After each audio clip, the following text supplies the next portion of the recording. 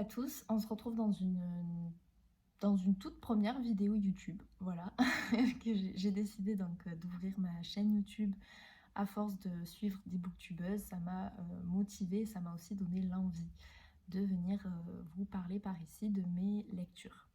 Donc c'est en parallèle de mon compte Instagram, Le Livre du Bonheur. Donc pour ceux qui ne me connaissent pas et qui ne me suivent pas sur Instagram, je m'appelle Victoria, j'ai 26 ans et je viens du sud de la France. Et bien sûr, je suis passionnée de lecture. Donc voilà, j'ai trouvé des fois que sur Instagram, c'est très bien, mais dans les posts, je suis limitée, enfin on est limité, je pense, en mots. Et des fois, donc c'est un petit peu ralent parce qu'on peut pas s'exprimer et faire des stories qui vont durer 3 plombes et qui ne restent pas vraiment. Bon, bah, je me suis dit non, je vois pas trop pas trop le concept. Donc je vais essayer de filmer cette semaine, d'être assidue, de le faire au mieux. Donc j'espère que ça va aboutir et que je vous posterai cette vidéo. Donc, pas plus de blabla, je vous présente ma lecture en cours qui est Michel Bussy, Nymphéa Noire. C'est le premier Michel Bussy que je lis. Je l'ai vu énormément passer sur les réseaux et j'ai lu beaucoup de bonnes critiques, de bons avis dans l'ensemble. Donc je me suis dit, pourquoi pas, je l'avais trouvé à 2 € à Montpellier chez un pas un antiquaire, c'était un style de brocante. Et du coup, je l'avais acheté, sachant que dans ma palle, j'ai déjà Michel Bussy, c'est Un avion sans aile. Je l'ai depuis au moins un an et demi, 2 ans, et je sais pas pourquoi je n'arrive pas à le lire. Donc j'avais acheté lui, mais je connaissais quand même pas plus l'auteur, je ne savais pas du tout si j'allais aimer, bien que ça parle de peinture, parce que ça se passe dans le village de Monet. Et faut savoir qu'en fait je suis passionnée de peinture, d'art, étant donné que j'en ai fait mes études et mon métier. Donc pour ceux qui connaissent peut-être pas l'histoire, je vous lis le résumé. Le jour paraît sur Giverny, du haut de son moulin, une vieille dame surveille le quotidien du village, les quarts des touristes, des silhouettes et des vies. 2 femmes en particulier se détachent. L'une, les yeux couleur nymphéa, rêve d'amour et d'évasion. L'autre, 11 ans, ne vit déjà que pour la peinture. 2 femmes qui vont se trouver au cœur d'un tourbillon orageux. Car dans le village de Monet, où chacun est une énigme, où chaque âme a son secret, les drames vont venir diluer les illusions et raviver les blessures du passé. Voilà, donc c'est vrai que ça me tente énormément. Vous voyez que je l'ai déjà bien entamé et je suis à la page 324 sur 493, donc entre ce soir et demain je le finis. C'est une lecture que j'ai volontairement fait durer parce que j'aime beaucoup. Je suis vraiment prise dans l'histoire, prise par les personnages. Il y a beaucoup de suspense, on ne sait pas du tout, je vois pas du tout la fin venir là. Je me dis mais comment ça va finir, les explications. Oui, il y a vraiment beaucoup de suspense. Et en fait, on a l'impression de faire partie d'un tableau. J'ai l'impression que le peintre nous peint vraiment un tableau à chaque fois. On a des métaphores sur la peinture, sur l'art. C'est vraiment très plaisant. C'est même un petit peu poétique finalement comme lecture. Et ce qui est bien aussi, c'est qu'on apprend des anecdotes sur le peintre Monet, sur sa vie, sur ce qu'apparemment on disait sur lui avant mais qui s'avère un petit peu faux. Voilà, on a des faits historiques sur sa vie, sur aussi le mouvement impressionniste. Franchement, c'est très bien et je suis vraiment contente de cette lecture et j'ai pas envie qu'elle se finisse. Alors, je sais pas si on parlera d'un coup de cœur, ça je vous le dirai dans les prochains jours quand je l'aurai fini. Mais c'est vrai que pour le moment, ça s'annonce très bien et ça va peut-être du coup me motiver à lire Un avion sans aile qui est dans ma palle depuis bien trop longtemps.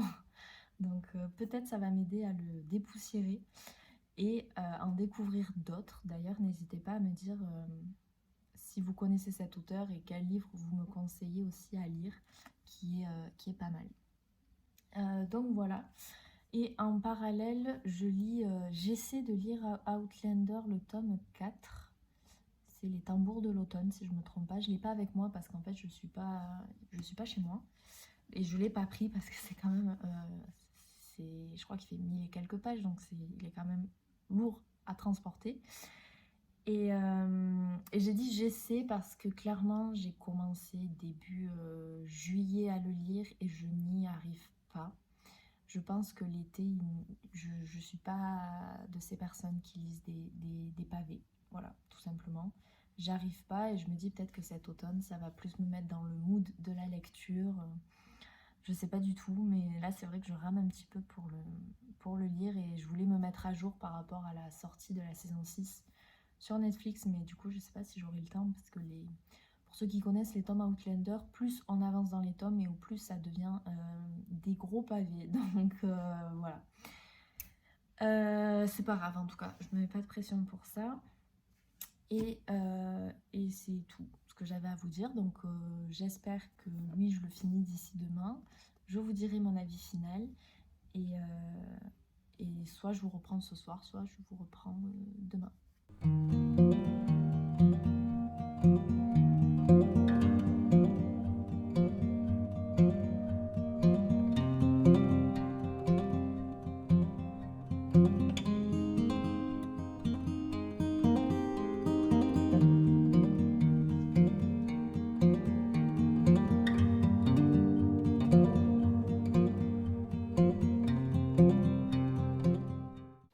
Hello, on se retrouve mardi, c'est le début d'après-midi et je vous prends parce que je viens de finir ma lecture de Michel Bussy, Nymphéa Noire, et je voulais voilà, vous donner mon avis. Avant de commencer, hier je me suis rendu compte qu'à part le résumé, je ne vous ai pas dit plus sur le livre, donc je vais vous donner quelques éléments supplémentaires sans rien vous spoiler. Bien évidemment, ça fait partie genre des 30 premières pages du livre. Donc pour petit rappel, ça se passe à Giverny, dans le village de Claude Monet. Et un matin va être découvert mort dans une rivière l'ophtalmo Jérôme Morval. Les policiers vont trouver dans sa poche de sa veste une carte d'anniversaire où il y a écrit « Bon anniversaire, 11 ans », plus une phrase sans doute tirée d'un livre, d'un recueil ou de l'imaginaire de l'assassin, ça on ne sait pas. Donc les policiers vont se mettre à enquêter. On va suivre le commissaire et son adjoint. Et très tôt, ils vont recevoir 5 photos de Morval qui a été pris en fait en flagrant délit avec 5 de ses maîtresses. Les photos sont assez explicites en plus, sauf une photo où on voit Morval se promener avec l'institutrice du village qui est Stéphanie. Bien sûr, l'envoi de ces photos est anonyme et la police va donc s'orienter vers la piste d'un assassinat passionnel d'un mari jaloux qui a voulu se venger, étant donné que Jérôme Morval ne se cachait pas trop apparemment de tromper sa femme. Il y a quand même l'adjoint du commissaire qui va lui se pencher en plus de cette piste sur 2 autres, notamment un enfant caché qu'aurait eu Morval avec une de ses maîtresses et qui aurait donc bientôt 11 ans, d'où la carte d'anniversaire, ainsi que la piste de l'art, d'un trafiquant d'art, étant donné que Morval collectionnait des œuvres et apparemment était passionné par les nymphéas de Monet et qui cherchait à avoir un vrai tableau de nymphéas et pas une reproduction. Donc c'est à peu près les 3 pistes que vont essayer d'explorer la police et on va aller de surprise en surprise. Et je ne vous en dirai pas plus. Pour vous donner mon avis, je vous l'ai dit hier et je vous le redis aujourd'hui, ça a été une très très bonne lecture et même une très belle découverte du coup de cet auteur. Je l'ai faite traîner volontairement parce que j'étais vraiment à 100% dans l'histoire. Je vivais l'histoire vraiment. J'ai qu'une hâte maintenant, c'est d'aller découvrir, d'aller visiter le village de Giverny, la maison de Monet et tous les paysages que nous décrit l'auteur, pardon. Bien évidemment, je n'ai pas vu la fin arriver. Le dénouement m'a vraiment surprise. J'avais quelques doutes sur certains personnages quand même. mais je ne comprenais pas le comment du pourquoi. Ça, j'avais énormément de mal à tout remettre en ordre. Et même, j'étais très très loin de la vérité, on ne va pas se mentir, hein. Je vais pas faire genre j'ai trouvé, alors parce que pas du tout. Et ça m'a vraiment plu. J'ai eu un petit pincement au cœur quand même quand l'histoire s'est terminée. Mais ça reste une très belle découverte. Et comme je vous le disais, ce que j'ai aussi apprécié, c'est les faits historiques sur le village de Giverny, les descriptions. On a vraiment l'impression d'être dans des tableaux impressionnistes pour le coup. Et les anecdotes concernant l'artiste Claude Monet, que ce soit sur sa vie, sa collection, que sont devenus ses tableaux, sur sa maison, sa descendance et compagnie. Et si vous voulez, le récit n'est pas parasité, c'est-à-dire que quelqu'un qui n'est pas forcément passionné d'art, ça va pas le déranger, au contraire, il va apprendre certaines anecdotes. L'auteur les utilise à bon escient. Ça va par exemple l'aider dans l'enquête, ou ça va être à juste titre dans une conversation, c'est pas sorti de nulle part, et l'auteur ne nous assassine pas du tout sur l'histoire en fait de Monet. On va dire que l'enquête n'est pas un prétexte par rapport à ça, au contraire. Et c'est vraiment plaisant du coup d'en apprendre davantage sur cet artiste. Et, euh, et voilà, je le conseille vraiment à tous les amateurs de romans policiers. On ne trouve pas de description gore, sanglante, pas vraiment de détails macabres. Voilà, c'est très léger et c'est vraiment une très belle lecture que j'ai trouvée quand même très poétique dans sa plume, Michel Bussy. Donc j'ai hâte de découvrir de nouveaux livres. Vous savez qu'il y en a déjà un qui m'attend à ma palle, Un avion sans aile, mais que je ne vais pas lire tout de suite quand même. J'aime bien faire des coupures et pas enchaîner les livres du même auteur d'affilée, parce que sinon des fois je trouve qu'on peut un petit peu s'en lasser. J'espère avoir le même effet de surprise en tout cas que pour celui-ci, parce que vraiment là, la fin, en plus là c'est vraiment mon avis à chaud, donc je suis encore dans l'histoire et j'ai du mal à réaliser tout ce que je viens de lire. Mais vraiment très très bien, il se lit très facilement et très vite si on veut. Donc voilà, je voulais vous prendre pour vous donner mon avis. Sur ce, je vais continuer ma journée. Je risque de commencer un autre livre. Alors, je sais pas en fait si aujourd'hui je le commence ou pas, parce que c'est vrai que je sais pas vous, mais quand je sors d'une bonne lecture, voire d'un coup de cœur, c'est assez difficile de se mettre directement dans une autre lecture. Genre, j'ai besoin des fois de 1 ou 2 jours pour dire au revoir entre guillemets au personnage, à l'histoire. Des fois je ressasse, j'y repense et je me dis ah ouais c'était fou quand même, c'était bien et tout, et j'ai du mal à me détacher de l'histoire. Ça peut paraître bête, mais c'est comme ça. Donc là je vais voir si aujourd'hui j'arrive à me mettre dans une autre histoire ou non, étant donné que je me suis beaucoup attachée à certains personnages et notamment aussi à l'histoire. Donc je vous dirai ça sans doute dans l'après-midi ou en début de soirée.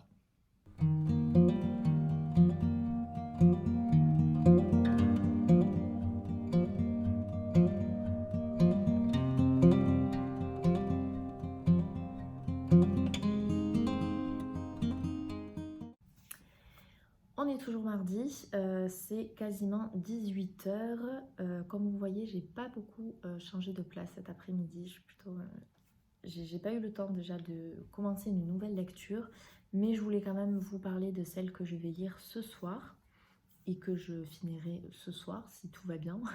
C'est La ville humide de Claire Dumas, que m'a envoyé les éditions du Penseur. C'est une nouvelle maison d'édition.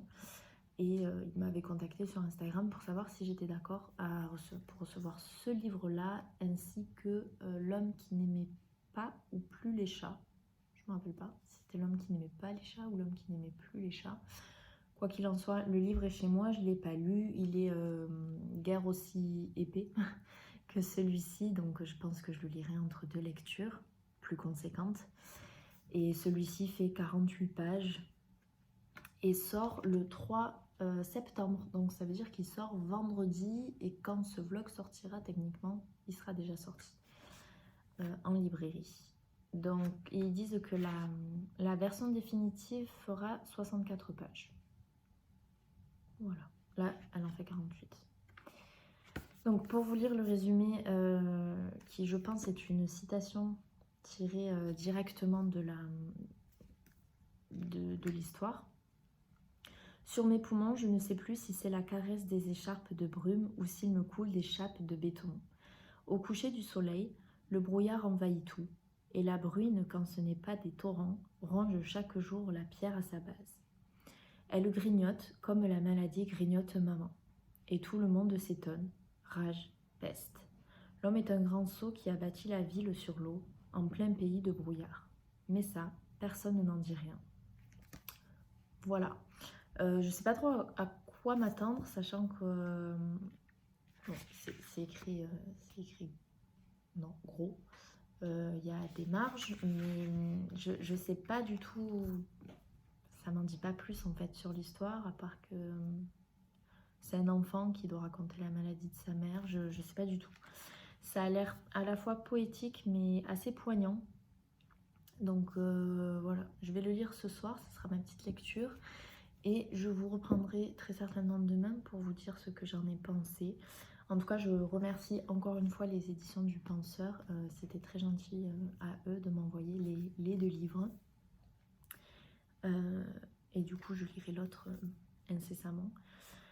Donc voilà, sur ce, je vous laisse et je vous souhaite une bonne soirée. Hello, hello, c'est mercredi matin. J'en profite pour me mettre un petit peu dehors avant qu'il ne fasse trop chaud. On est le 1er septembre, du coup je vous souhaite à tous et à toutes de passer une bonne rentrée, que ce soit scolaire ou professionnelle, et de bonnes vacances pour ceux qui ont la chance encore d'être en vacances ou de prendre leurs vacances en septembre aussi, il y en a pas mal. Du coup je voulais vous parler ce matin de la lecture que j'ai commencée et finie hier, donc La ville humide de Claire Dumas. C'était les éditions du Penseur qui me l'ont donc envoyé, et il paraît le 3 septembre, donc vendredi. Concernant la lecture, donc c'est une lecture qui est très condensée, très rapide, mais qui pour le coup est pleine de lyrisme. Elle est intense quand même, la lecture, et elle aborde énormément de sujets, notamment l'adultère, la famille, l'amour, la maladie, l'amitié aussi. Et si vous voulez, c'est en fait c'est le récit d'une fille de 18 ans qui vit dans une ville humide. On n'en sait pas plus sur cette ville, on sait juste qu'apparemment c'est une ville sur l'eau, qui a beaucoup d'escaliers. Par exemple, elle parle souvent de ces 36 marches qui descendent, 12 pour aller chez sa voisine, 36 pour arriver en bas. Mais en bas, on ne sait pas plus ce qu'il y a, et elle-même ne le sait pas, étant donné qu'elle n'est jamais allée au-delà de ces 36 marches. Par exemple, elle dit de ne jamais avoir vu un arbre. Il y a énormément de brouillard apparemment dans cette ville. Donc voilà, c'est un peu tout ce qu'on sait sur ça, mais c'est pas si mal parce qu'en fait on s'imagine nous-mêmes, le lecteur imagine sa propre ville humide, donc c'est pas mal. Et donc elle va nous raconter sa vie, sa famille, les relations qu'il y a dans sa famille qui sont très compliquées, que ce soit avec sa grand-mère, son père, sa mère. On n'a pas plus de détails, hein, on ne connaît pas leur prénom, même elle, on ne connaît pas son prénom. Et si vous voulez, elle va nous raconter donc un peu ce qu'est sa vie, jusqu'à un jour apparemment chamboule tout. Et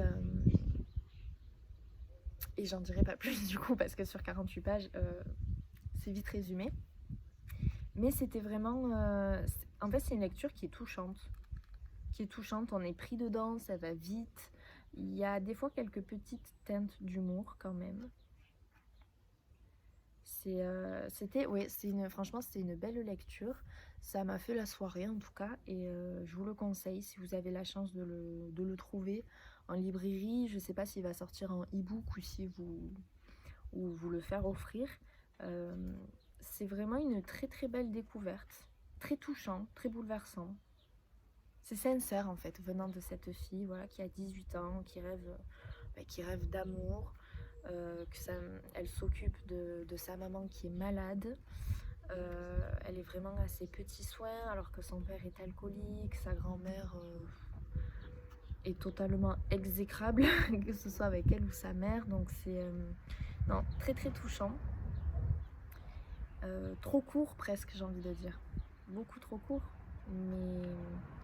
mais je pense que c'est aussi ce qui fait le charme de, de cette lecture. Donc oui, très très bien. Et d'ailleurs à la fin du livre, il y a les autres livres qui sont publiés par les éditions du Penseur aussi. Il y en a 6. Donc il y a bien L'homme qui n'aimait plus les chats d'Isabelle Aupuy, que je pense je ne vais pas tarder à lire cette semaine. Je le lirai, je pense qu'en une soirée aussi il va se lire très facilement, très rapidement surtout. Et il y en a d'autres qui me tentent bien, comme La 4e roi mage d'Antonio Exposito. Je ne sais pas si vous allez voir. Il y a aussi Le penseur des mots d'Isabelle Aupuy, donc même auteur qui a écrit L'homme qui n'aimait plus les chats. Ça me tente bien tout ça. Donc je vais voir s'ils ont été publiés ou pas, mais ça me tente bien de les découvrir. Donc voilà, en tout cas je vous le conseille vivement et ça a été une belle découverte. Très belle découverte, j'ai beaucoup aimé la plume de l'auteur, vraiment. Donc c'est en tout cas une auteure que je vais me noter dans le coin de ma tête et me tenir un petit peu informée des nouveaux livres qu'elle sortira. Et je sais pas si c'est son premier, mais en tout cas j'ai hâte d'en découvrir d'autres, ça c'est sûr. Et concernant donc ma lecture à venir, honnêtement je suis assez indécise, je sais pas trop quoi lire. Faut savoir que j'ai pas de planning lecture, je le fais vraiment au feeling, selon mes humeurs, selon mes envies, le temps que j'ai aussi à consacrer dans la semaine. Donc là j'avoue je sais pas si je pars sur un thriller, je sais pas si je pars sur un roman littéraire, un feel good. Là j'ai zéro idée. J'étais plantée devant ma pile à lire là tout à l'heure, devant mon étagère, et j'étais en mode bon, il y a à la fois tout qui me donne envie, mais je sais pas du tout là quoi commencer. Donc je vais voir, je vais essayer de me décider. Et puis bon, peut-être que je sais pas, peut-être je vais pas lire aujourd'hui, mais c'est sans pression de toute façon. Je vous tiendrai informée très certainement dans la journée en tout cas. Donc je vous dis à bientôt.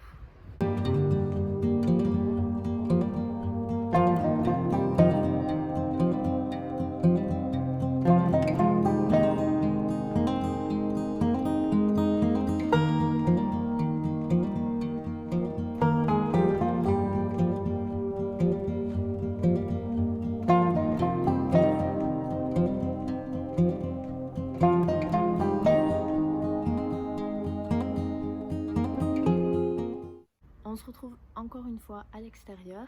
Je vous prends juste pour vous dire que j'ai enfin choisi ma lecture. Comme vous avez vu, j'ai hésité avec certains livres que j'ai sortis de ma palle. On va dire que c'est ceux qui me donnaient le plus envie. Et du coup, je me suis orientée vers Donato Carisi, L'écorché. Voilà. Je sais pas si c'est utile ou non de parler, de vous présenter Donato Carisi, parce qu'il est internationalement connu dans le monde du thriller. Et il s'est notamment imposé avec son premier livre, Le Chuchoteur, qui est sorti déjà il y a pas mal de temps, peut-être que c'est écrit, qui est sorti en 2010 chez Calment-Lévy. Ça c'est aussi une édition Calment-Lévy format broché. J'ai voulu les collectionner en format broché et j'avais trouvé du coup Le Chuchoteur et celui-ci a de très bons prix sur le Bon Coin et franchement dans un état mais vraiment impeccable. Voilà. Maniaque que je suis avec les livres, j'étais très contente de mes achats. Surtout quand on voit le prix des brochets qui sont à 21,90 €. Je les ai eus tous les deux pour même pas 6 €, quelque chose comme ça. Non, franchement, j'étais très contente. Donc, Oui, si j'ai pris le chuchoteur, c'est pas juste pour vous montrer la collection, c'est parce qu'en fait c'est le deuxième tome, le deuxième volet de la saga Mila Vasquez que l'on découvre dans le chuchoteur. S'ensuit l'écorché, le troisième c'est l'égaré et enfin le quatrième c'est le jeu du chuchoteur qui vient finir en beauté cette saga et qui est sorti je crois il y a 2 ans, 1 an et demi, un truc comme ça je crois, que donc du coup je n'ai pas lu et qu'il faut que j'achète parce que en fait je les ai déjà en format poche mais je préfère pour ça les brocher. D'habitude je suis plus poche mais là pour cette collection là c'était format broché. J'ai lu le chuchoteur fin juin, début juillet, quelque chose comme ça. Je l'ai relu parce que je l'ai lu il y a 6-7 ans, j'étais jeune. Mais cette lecture m'avait déjà beaucoup marqué à l'époque. Et là, pour reprendre la saga, je me suis dit, bon, je vais le reprendre pour qu'il soit frais dans ma mémoire, pour avoir tous les éléments. Parce qu'honnêtement, je ne me rappelais pas du tout, loin de là. Mais en le relisant, ça m'a quand même conforté dans l'idée que c'était à l'époque déjà un coup de cœur et que ça l'est encore aujourd'hui. C'est une lecture qui est juste, même pas en fait, je vous le présente parce que je crois que c'est inutile en fait. Il doit faire partie des top 5 voire des top 10 des thrillers, des meilleurs thrillers je crois à chaque fois, donc à chaque fois on le croise. Donc voilà, et je vais pas perdre de temps non plus, encore espacer mes lectures dans cette saga et d'oublier, de reprendre et compagnie. Donc je me suis dit, bon c'est le meilleur moment pour lire l'écorché. C'est un livre pas très gros, il fait 428 pages. Donc je pense que ça peut se lire assez facilement, surtout connaissant l'écriture de Donato Carisi. C'est quelqu'un qui sait captiver le lecteur, c'est un petit peu un page turner à chaque fois, donc je pense que je le lirai assez vite. D'ailleurs, un des derniers livres aussi que j'ai lu de lui, c'était La Maison des Voix. C'est le dernier livre, je crois qu'il a sorti l'année dernière, enfin à Noël dernier, ou il y a 2 ans, je me rappelle plus. C'est son dernier en date, et franchement, ça avait été un très gros coup de cœur aussi. Toujours chez Calment Lévy, des éditions, sinon vous le trouvez, vous allez le trouver en livre de poche, donc c'est pour ça, je crois qu'il est sorti il y a 1 an. Et on change tout à fait de registre pour une fois, c'est un one shot. Et franchement, j'avais beaucoup aimé cette lecture. Elle était totalement folle et ça parlait d'un psychologue qui pratiquait l'hypnose. Mais bon, je vais pas en dire plus parce que je vais m'égarer pour le coup. Donc concernant l'écorché, je vais essayer de vous lire le résumé. Alors je vais voir si ça spoil rien du... Ouais, ça ok. Ok, donc en fait je vais juste couper les 7 premiers mots de la première phrase du résumé et je vais vous lire le reste parce qu'honnêtement ça spoil rien du tout. Alors, je laisse passer la voiture. Mila Vasquez travaille au LEMB, le département des personnes disparues. L'enquêtrice excelle dans son domaine, peut-être parce qu'elle est incapable d'éprouver la moindre émotion, ou peut-être parce qu'elle-même porte dans sa chair la marque des ténèbres. On a tous ressenti l'envie de s'évanouir dans la nature, de fuir le plus loin possible, de tout laisser derrière soi. Or, chez certains, cette sensation ne passe pas. Elle leur colle à la peau, les obsède, les dévore et finit par les engloutir. Un jour, ils se volatilisent corps et biens. Nul ne sait pourquoi. Bientôt, tout le monde les oublie, sauf Mila. Et puis soudain, ces disparus réapparaissent pour tuer. Voilà. Donc c'est le résumé de l'écorché, donc vous voyez qu'il n'y a rien en rapport avec le livre d'avant. Et je vais le commencer, écoutez, cet après-midi, là je vais un petit peu lire, et puis j'espère que j'avancerai assez vite dans cette lecture. Et voilà, je vous reprendrai certainement plus tard.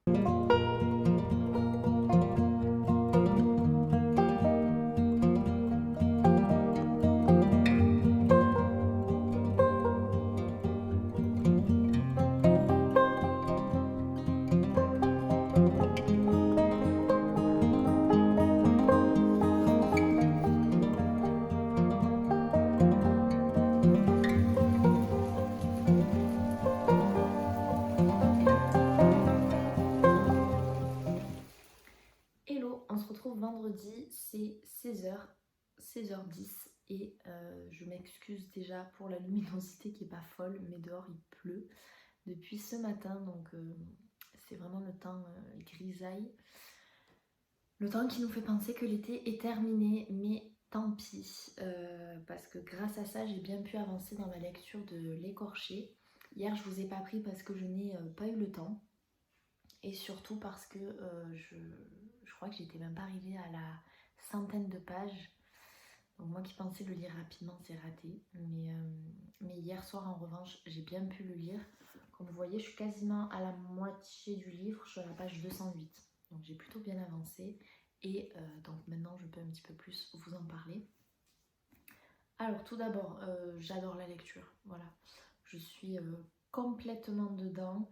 On est dans la même dynamique que celle du chuchoteur, c'est-à-dire qu'il y a de l'action tout le temps et on ne s'ennuie pas du tout dans la lecture.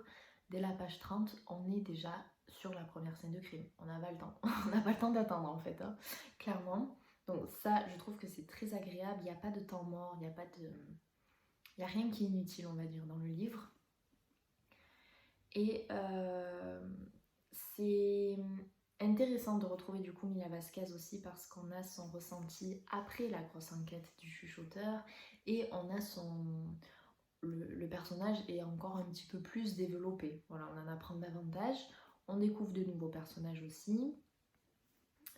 Du temps s'est écoulé entre les deux enquêtes, forcément. Par contre, pour le moment, en tout cas, sur cette première moitié, c'est pas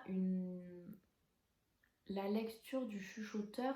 Si vous ne l'avez pas lu, ça ne vous portera pas préjudice pour la lecture du livre. En tout cas, pour le moment. À voir si ça se confirme ou pas. Mais il y a quelques références par-ci par-là, mais c'est tout. On ne se remémore pas des choses qui s'est passé dans l'enquête, des faits exacts et tout, en tout cas pour le moment. Mais donc ça c'est cool pour ceux qui n'ont pas lu le chuchoteur. Bon après je vous conseille de le lire forcément vu que quand même c'est une saga en 4 livres et c'est surtout que le dernier s'appelle Le jeu du chuchoteur, donc voilà, je sais pas si je sais pas ce qui va se passer dans ce livre là, mais je pense que ce sera très important d'avoir lu les autres avant. Et du coup voilà, je trouve que celui-ci est plus soft, je sais pas si ça se dit, que le chuchoteur, c'est-à-dire le chuchoteur vraiment âme sensible, s'abstenir, parce que ça parle d'enlèvement de petites filles entre 6 et 13 ans, de mutilation du bras gauche, c'est des mises en scène dans les cadavres, c'est... Voilà, il y a beaucoup de descriptions, de détails et compagnie, il faut avoir le cœur bien accroché, donc ceux déjà qui n'aiment pas trop ça, ça va être compliqué pour la lecture.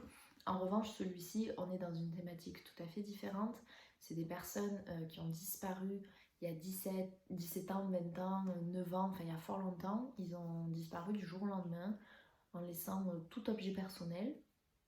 Et c'est surtout qu'ils n'ont jamais donné signe de vie, que ce soit avec le signal de leur téléphone ou la carte bleue, enfin voilà, tout ça.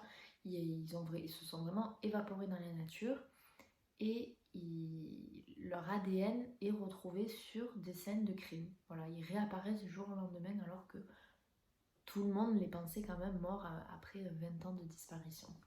Donc la question est de savoir pourquoi ils réapparaissent, pourquoi ils ont disparu, pourquoi autant de temps, pourquoi ils se mettent à tuer. Et en fait la police ne les retrouve pas non plus, ces disparus là. On sait qu'ils ont commis un meurtre, mais en attendant on ne sait toujours pas où ils sont. Donc c'est des crimes on va dire qui sont beaucoup plus faciles à digérer. Voilà, ça reste dans des méthodes connues, on va dire, vues et revues. C'est pas des descriptions très très morbides ou autres, donc franchement pour ceux qui craignent un petit peu, je vous conseillerais plus celui-ci.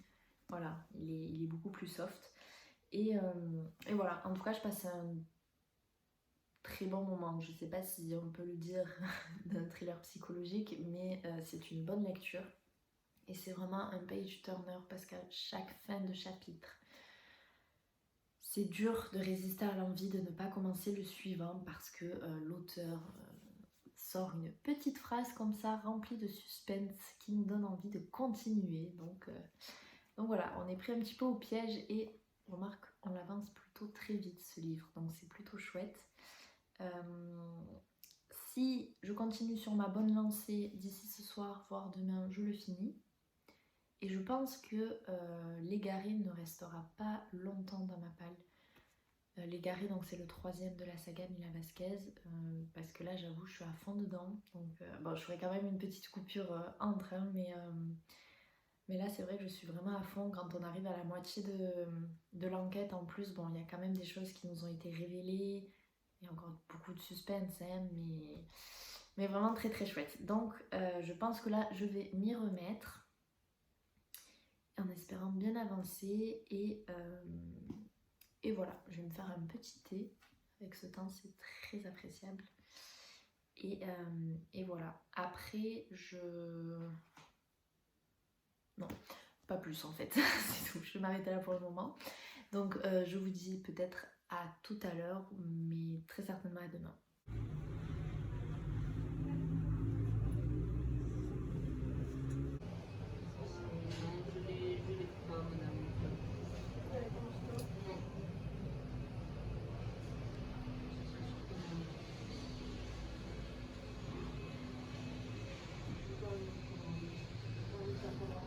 Hello, c'est samedi soir, début de soirée. Et je voulais vous prendre un petit peu pour vous parler donc de ma lecture L'écorché de Donato Carissi, lecture que j'ai finie. Donc je suis super contente parce que finalement j'ai fini pas dans mes temps, mais voilà, je voulais le finir avant la fin du week-end pour enchaîner sur de nouvelles lectures la semaine prochaine. Et du coup cet après-midi il a fait hyper beau, hyper chaud, rien à voir avec le temps d'hier. Donc j'ai passé l'après-midi en ville et j'en ai profité pour faire un petit tour en librairie pour voir les sorties de septembre, enfin du début du mois, même si je pense qu'elles ne sont pas toutes sorties encore, mais ça me donne des fois des idées.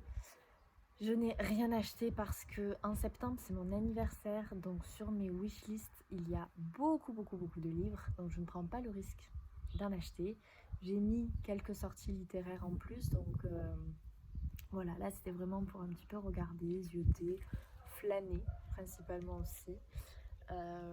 Donc voilà, j'ai rien acheté, mais j'ai rien acheté pour le moment parce que j'ai reçu ce matin une notification du Bon Coin qui m'a dit que pendant 4 jours, les frais de port mondial relais étaient à 99 centimes. Chose à ne pas me dire. Donc aujourd'hui, on va dire que j'ai mis pas mal de livres en favoris et je vais voir si demain je craque et je les achète ou non. Mais c'est clair que ça vaut grave le coup. C'est durant cette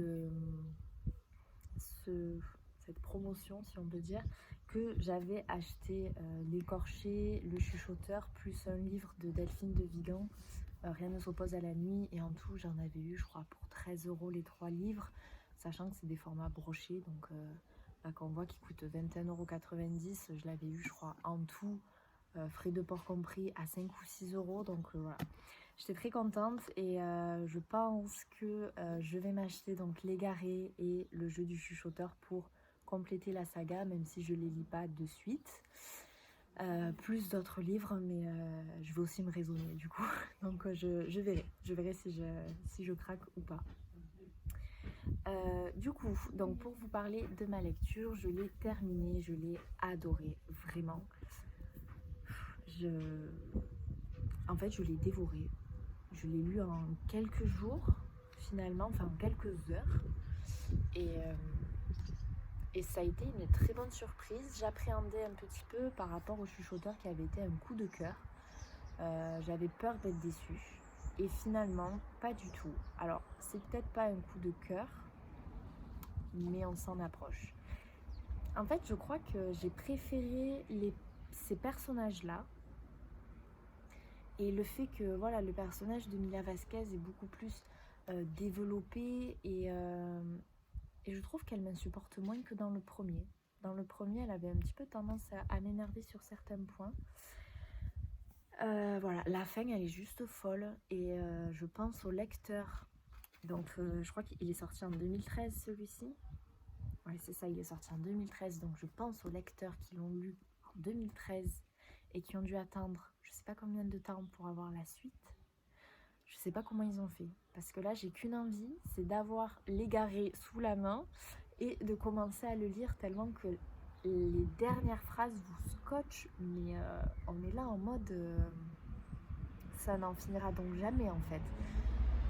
Ah, excusez-moi pour la voiture, mais je ne sais pas comment construit Donato Caressi ces histoires, mais il doit se prendre le chou, mais vraiment, à tout se faire imbriquer, penser à tout, et tout est logique, et on se dit mais non, c'est pas possible quoi.